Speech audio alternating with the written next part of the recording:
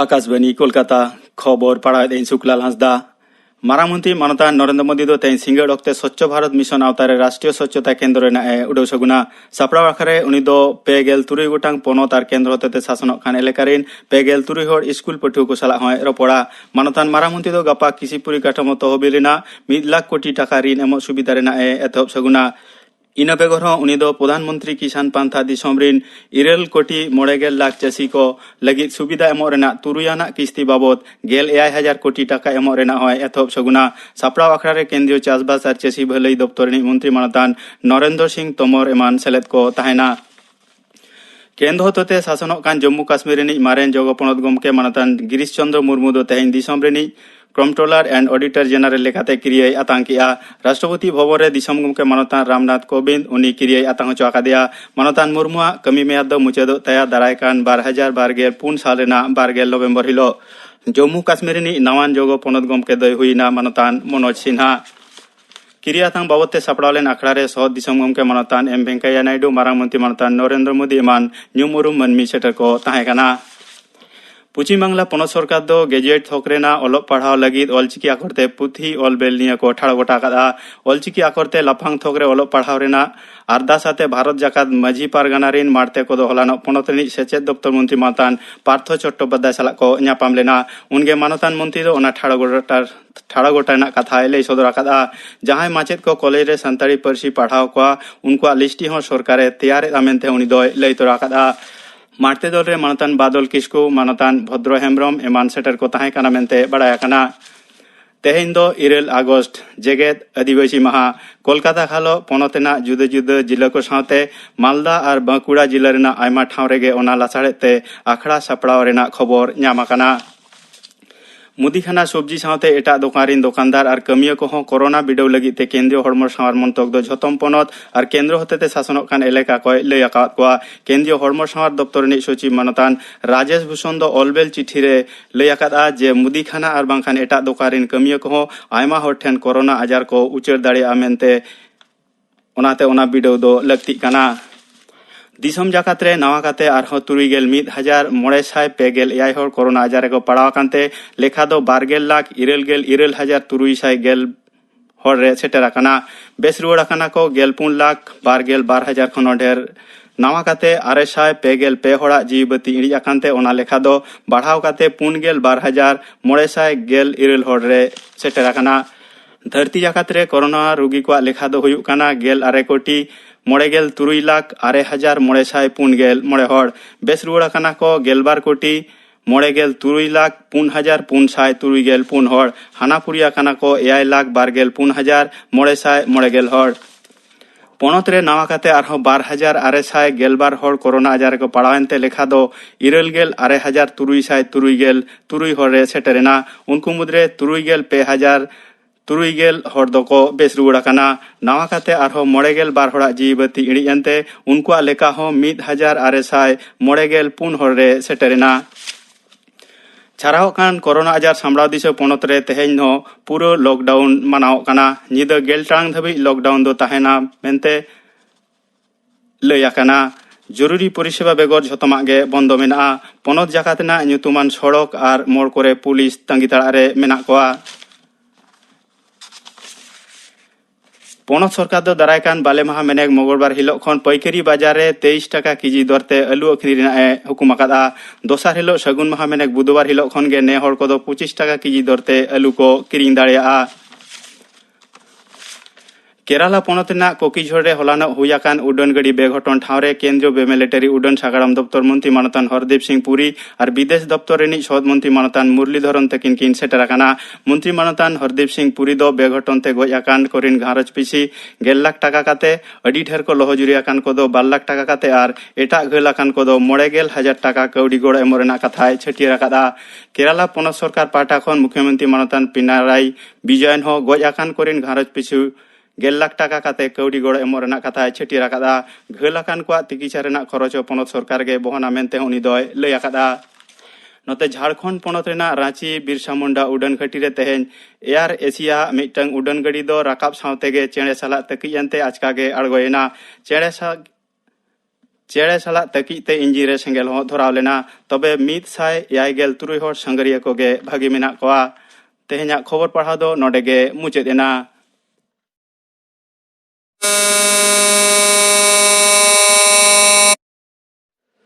आकाशवाणी कोलकाता।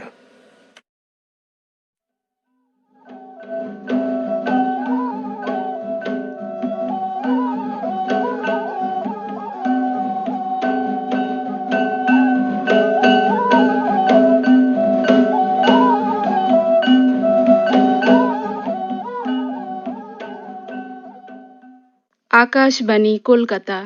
493.3 मीटरिया गीतांजलि उछन तालमा खन आजमे तबना पे सान्ताड़ी आखड़ा नीतो आजम तबन पे गायन ताड़ाम गांडे ओला कदाय सुनील मुर्मू सापड़ा कदाय निभा टुडू।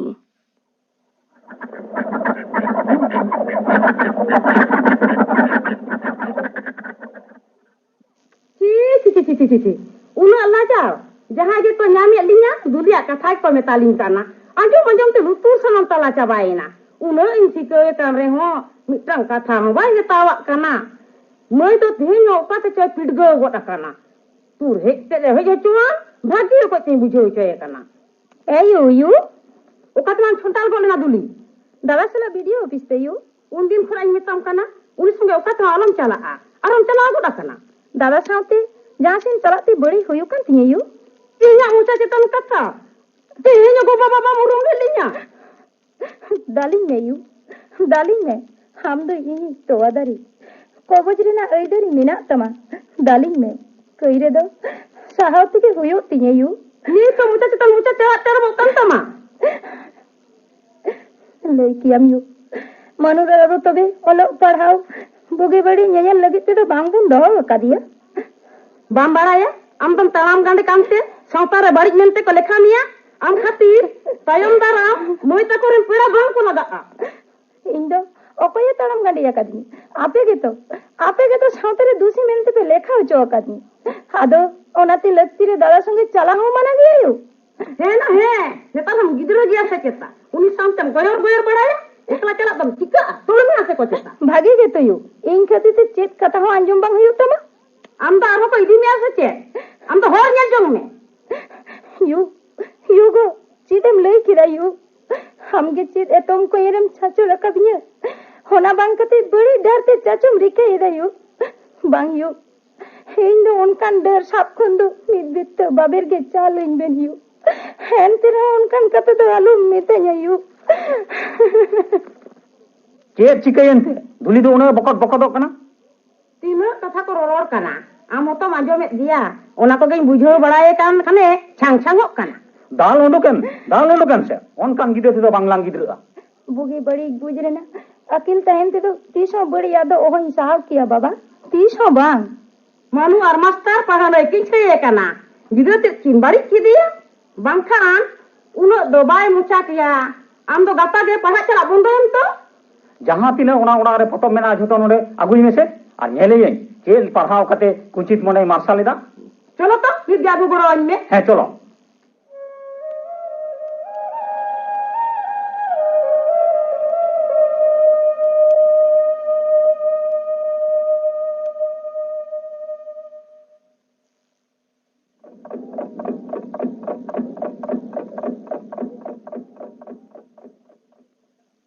ओ मारंगुड़ी हेज एकाना संजय और रंजन दो आवरी किन हिजुआ नितो उनकिन दो बॉल खेले ना फाइनल में ना तको उनते किन चलाओ कना ओ अच्छा ठीक है तबे देन तेहिं दो आमा नागाम पुथी रिना पड़ा गिन हताव तली तमगे तीन दो पड़ा बांग होई कान तिया दादा होला रोबबार पारोमे रहा पड़ा बांग होई कान तमा चिदा बांग होई कान तमा थिरे कान दो ओकोय ओनते रे ओ मनु देला हिजु मेना तगे चेदे हम लेदा मासाबे मांग मई दे चिके कना मीद हफ्ता लहा खुना मा तो पड़ा गे बांग होई कान ताया नीत मा तो कुली कान खान रोड गे बाय रोड कना उकुर बांग ओकारे चिके कना आर उकुर ओकाते होतो बाय चलाव कना मानु दो आम मारंग बारेन गिद्रे का रहोय निजेर मिश्रा खुना मिरुति होतो एटा दो बाय मने एकात मिया आंकिन लेखिया मई गो बाबा पैसा बांकिन एमा कात मेरे इन बनी एम काट मिया से मने दा ताड़ाम गाड़ी एकांते बापला बांग होयुग तिया ताड़ाम गाड़ी एकांते दो ओका ठेन चिका कना आम दो मने मुरुक काते पढ़ा में आमा अनाथ जांगी दाराम लगी कलिन मेना लिया चेदा बाम पढ़ा कना मैं जहाँ चिका कान गेसे आम दो लइयाम तो चिकातिन पढ़ा दादा चिका लई में से हिंदो गोबाबारिन गिदरे दो बांक नहीं होनाते उनकी ना बोई ते दो बांकिन पढ़ा हो चोनी सनाम बोई हना उड़ाते एदी कते बाक्से रेकिन दोहो कदा दादा ची उनका कदा किन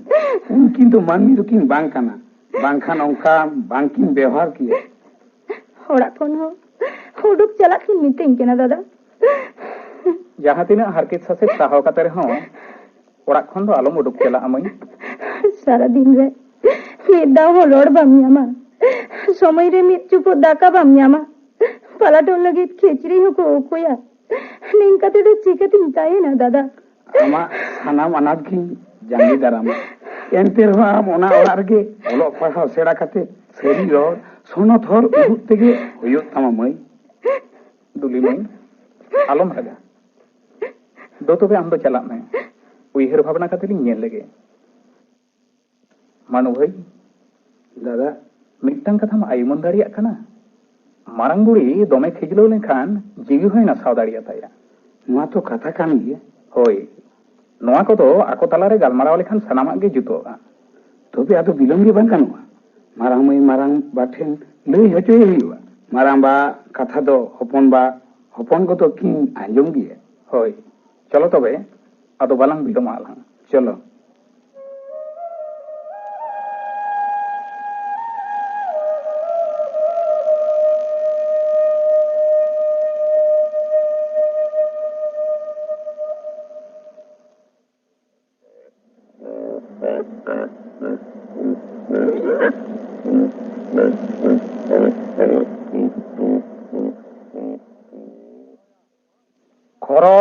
खरोया ओड़ा रे मेना मिया हुडी दो कमी खन आरी हिजु आइगो देला दुरुब बेन अलिंग दुलिंग मोने ना हेज अकनाय जनी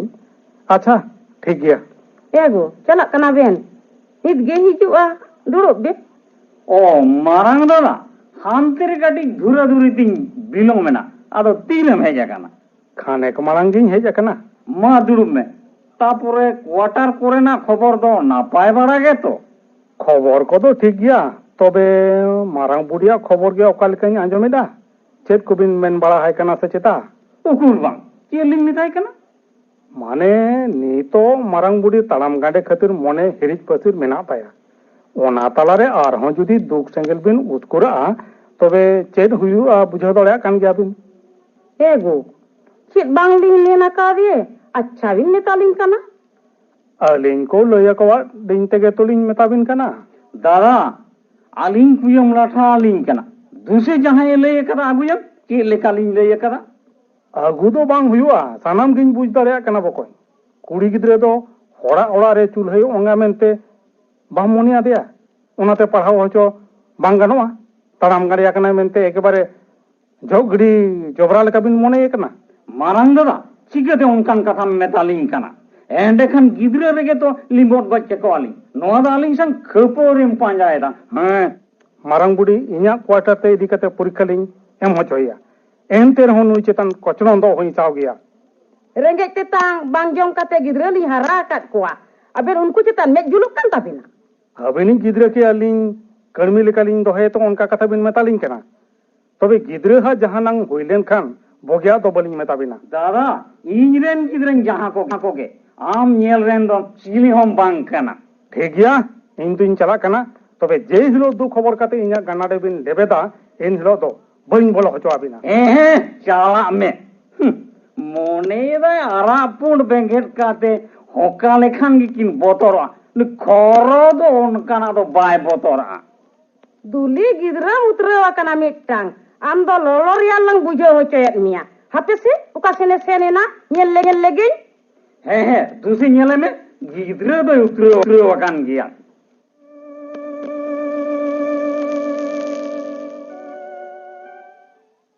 हेना महिराय दो ललित रिया जायगा बाम नाम कदा उन ठेनम लालिस कदा बंचा से गoj लिया मोने कदा हम तो युगो सासिल लगी तिबन ताराम गंडे कदिए निये तो मोचा से आचार मोकन तमा निये उड़ा को निकल को में से हे यू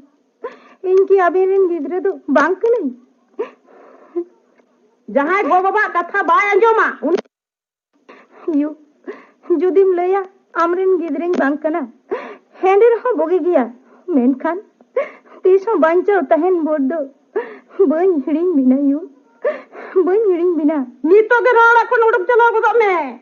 इया मेर सामोरे आलो ñel मेमा आम खातिर नपाय चेहरा हां सांजली मंजली रे पेड़ा को रुड़ कना इन खातिर जखन नपाय पेड़ा ओड़ा रपुदक कना हिंदी साहब कना यू तेरे हां पेड़ा ओड़ा तो बांबू रपुद चुआ यू हे आम तो नीत गडक चला में आम खातिर लाजा ओपमा सारा हुयो कन तालिया मेना को संग बारी ने पेला कना नीत गडक चला में आम दो नीत गडक चला में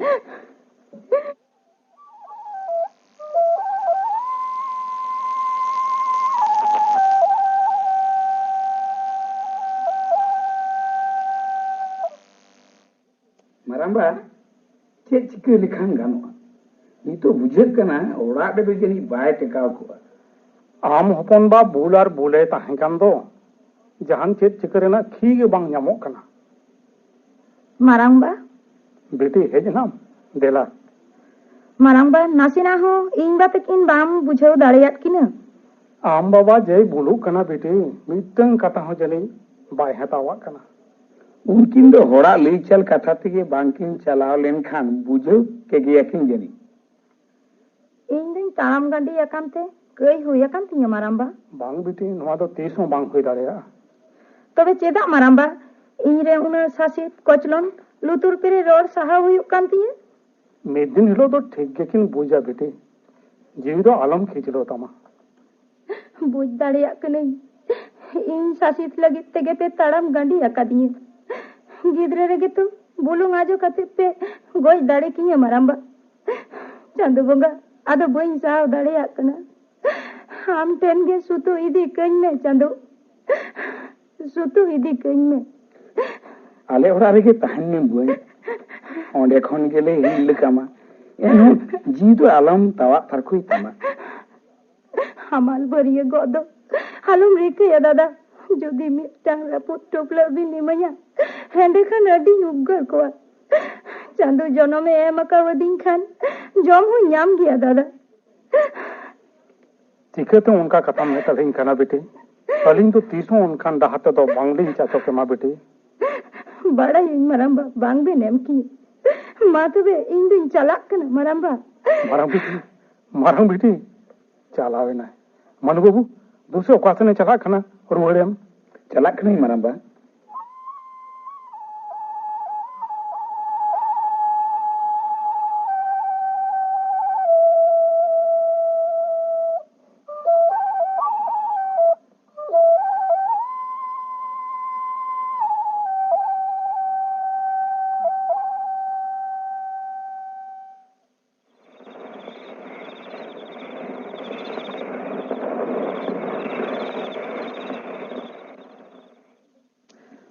खन उडुको दो अकय हो बांको दिसो अकादी नितो दो होकाती चला जहारी चला ओंडे के इन दो दूसी इन दो ताड़म गंडे भी को मितेया ओकारे हो इया ठाव दो बनुआ दो चांदो बुंगा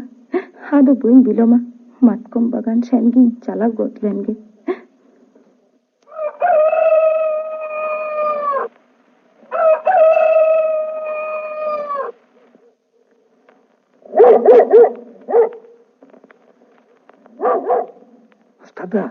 मास्टर ये मास्टर उनको में से हाय मनु बकोኝ से कोई होई किच के कना उन निंद मारा मई ओखा से चोई उडुका कना सेतड़ कना लाहा खुनी मेताम कांता है लजोर रे दोहे पे विपद हुई दाड़िया मास्टर नितो तो तबे ओखारे पंजे हुआ बारगे लेतार गोटा पे ñel कादिया तो ओना करे तो गोटा ले ñel किदिया चे सारा सबद गे बांगले ñाम लेदा अदो ताहले बिलम बांग गानोआ चलो चसे ताम तलांग में मिन हर दो नवा किए झरना सेते और मिड हड़ तो ओना मातकम बागान सेट लांग चला चलो चलो लांग ताड़ाम हद लगे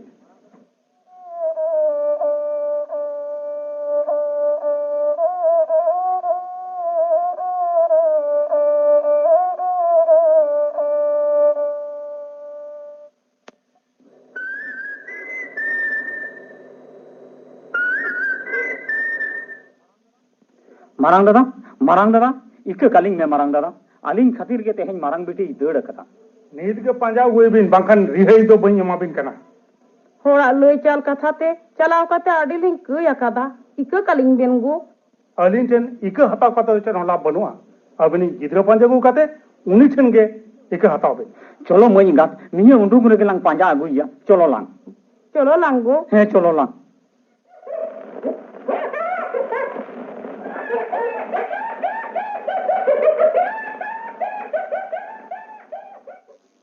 होड़ा में रे इन दो दोषी इन दो ताड़ाम गडी इन दे सगुन कमीरिन जागे कना होनाते इन दो धरती खन बेदई हतावेदा चांदू बंगा इन दो इके कई में चांदू बंगा उनी तो मिटन हol लेका तिंगु नेले कना है ठीक उनी कर लिया है हपे सिंदर दे लेगे बांखान चेदम चिके दा मई अकोय मास्टर दा है इंगे गो बाबा नोआ हरगे किन उदु अकावदी मास्टर दा बांग नो दो तीसो बांग दारिया चलाम दो ओड़ा करवल से न चलो जहां ओड़ा रेना दया दुलर रचा तुपा कते दिया कदे मास्टर दा ओंडे दो 30 में बई रुवर चला मास्टर दा इया मेटांग खाता दो होइतिंग में बुड़ी नियर हाते ओड़ा ते रुवर चला में चलो जीवन भर बोरसे संगल लेकर जीवी ला लगिते दो 30 में बई रुवर चला मास्टर दा दुली आमा जीवी लोग कांते इया जीवी तो इलांगो कान गया चलो रुवर में आम दो तेरी जोरी लेखाते जीवन भर इया अंतर बाखुरी ठावई मामा इन आमी दहमिया मास्टर दा सीधे लई दा मास्टर दा है इदो ठीक देगा चलो ताड़ाम में नोआ दो चिकते हुई दाड़ी आ मास्टर दा इन दो ताड़ाम गांडे इन दो सावतरिन जोबरा इन खातिर चेदा बड़ियम लेखा मास्टर दा ओकोई लेदा आम दो बाड़ी आम दो सावतरिन जोबरा इन ठेन तो आम दो मुरुक बहा कियो बहा खन फरस किया बांग मास्टर दा ताड़ाम गांडे दो चेदा निर्ला नीचुर कुड़ी गिद्रा बापला कते सुप्ते जीवन खंडा में मास्टर दा बामपति होइन कना इन एकाल बामपति होइन कना नोय इन सेब कटुक डाटा तिन गेर पुगत किरा nyel me noy mayam cik lekat corok kana duli nyele jadu ar matkom dari sagi kate no mayam ja mat sindur lekat boh ora sering kota kita cili nitu tum putih na चलो ताड़ाम में दादा दुली रे सजावकन ताड़ाम गली जीवने बांचो खेती है दादा